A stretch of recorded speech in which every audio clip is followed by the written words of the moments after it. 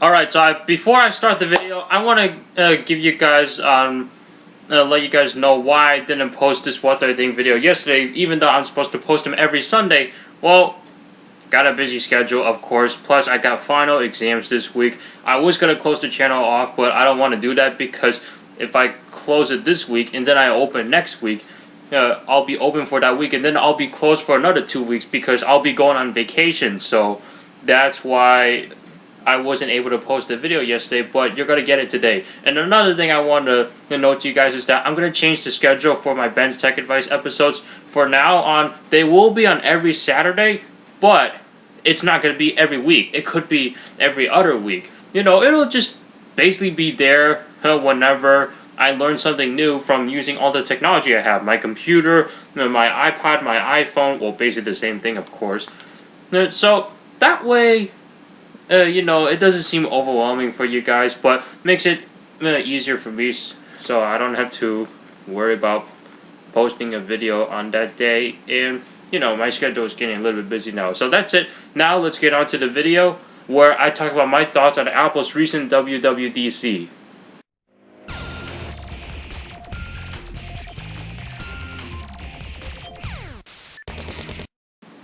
Alright, so what has Apple announced? Well, first of all, they let a company called Anki to announce the Anki Drive, and I'm still not sure about that. I will have to do more research on that, but I really want to know what was the point of doing that.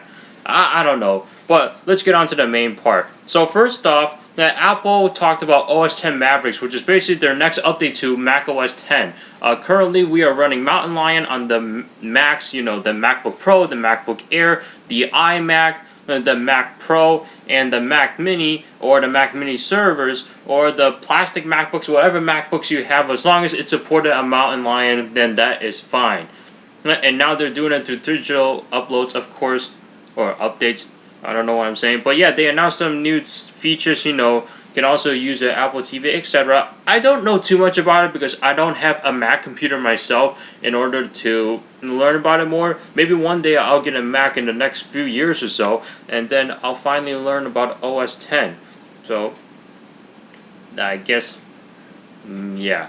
Anyway, Apple also announced their new Mac lineup. The new Mac lineup wasn't major. Like, all they did was spec upgrades to the MacBook Air, and the MacBook Air, it's actually not my favorite MacBook out there because it doesn't have, you know, the optical drive. Like, for me, I don't think that a computer is a great tool to have if it doesn't have one thing that you can easily throw on there. And yeah, I mean, it is lighter without the optical drive, but to me, I need an optical drive, and I don't want to buy a separate one, especially if it's going to add more money to the cost. For instance, the Retina display MacBook Pro, or the Retina MacBook Pro, whatever you guys want to call it, it's more money than the one that already has an optical drive. Even though it's an older design, I would just go for the older one.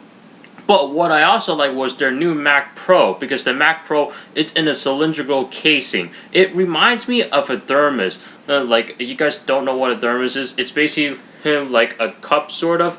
Like one of those long ones that are like a cylinder. And then you can like unscrew the cap, push the button to like pour your drink out, and then just put it on the cap, and then you can just take a sip like that. I actually bring that to school every day because I bring in my own lunch. Please excuse me, I'm scrolling through my notes right here to get into the top, to remind you guys of the topics that they talked about. So yeah, new MacBook Air, improved battery life, which again, to me, laptop batteries aren't the best, so I don't know how much improved that is. Mac Pro, very nice, and that'll be coming out very soon, in like the next month or so, or later this year. And this is actually going to be assembled in the United States of America instead of being assembled in China, which would usually be in Foxconn. And they talked about iCloud, the next version of iWork, and you can also create documents on a Mac or a PC. And now, to me, I think this was the big part for Apple. They talked about iOS 7. Now, iOS 7 is the next generation of the updates for iOS on the iOS devices. So that's the iPhone, the iPod Touch, the iPad, and now the iPad Mini that was recently released last year. And what are my thoughts about iOS 7? iOS 7 looks slick, and Apple has definitely did a complete revamp. I mean, they redesigned everything. Icons are much flatter now. I mean, Johnny Ive has this different point of view when it comes to like designing operating systems compared to Scott Forstall. Scott Forstall was, I mean, his style was not bad as well. It just seemed kind of dull. And it just seemed old, but then again, we've been using that for 6 years. I mean, the updates come slowly over the years, and Apple is like slowly getting ahead of the game, sort of. But right now, I feel like Android is getting ahead than iOS. But now, one question that I still have is, okay, you have all these animations, great. Everything's translucent, and you have a newer design, that's great. But what about the functionality? Like,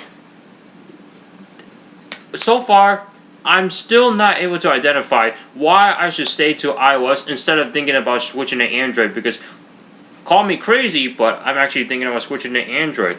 I mean, you get a new look with iOS. I mean, if you guys take a look at iOS right now, you know, iOS, as you can see, it is very stale. And, I mean, it's okay. I mean, this is great for simple users. Like, if you don't want to, like, do any hardcore stuff, that's fine. You know, there are certain things that Apple could have easily put on here earlier. For instance, Apple has this thing called Control Center, and that's basically like SB settings for those of you jailbreakers out there. Or if you're on Android, you have the slide down notification center right there, where you can actually like control your toggle settings. That's what I really like. And it took Apple until iOS 7 just to get that. And right now, I don't see that there. And I asked somebody, because he's actually running iOS 7 on his iPod Touch right now, because he has a developer account, and I'm like, are you able to put widgets on there? He say, oh yeah, you got widgets on the notification center, and I'm like, no, I'm talking about on the home screen. Oh, why would you need that?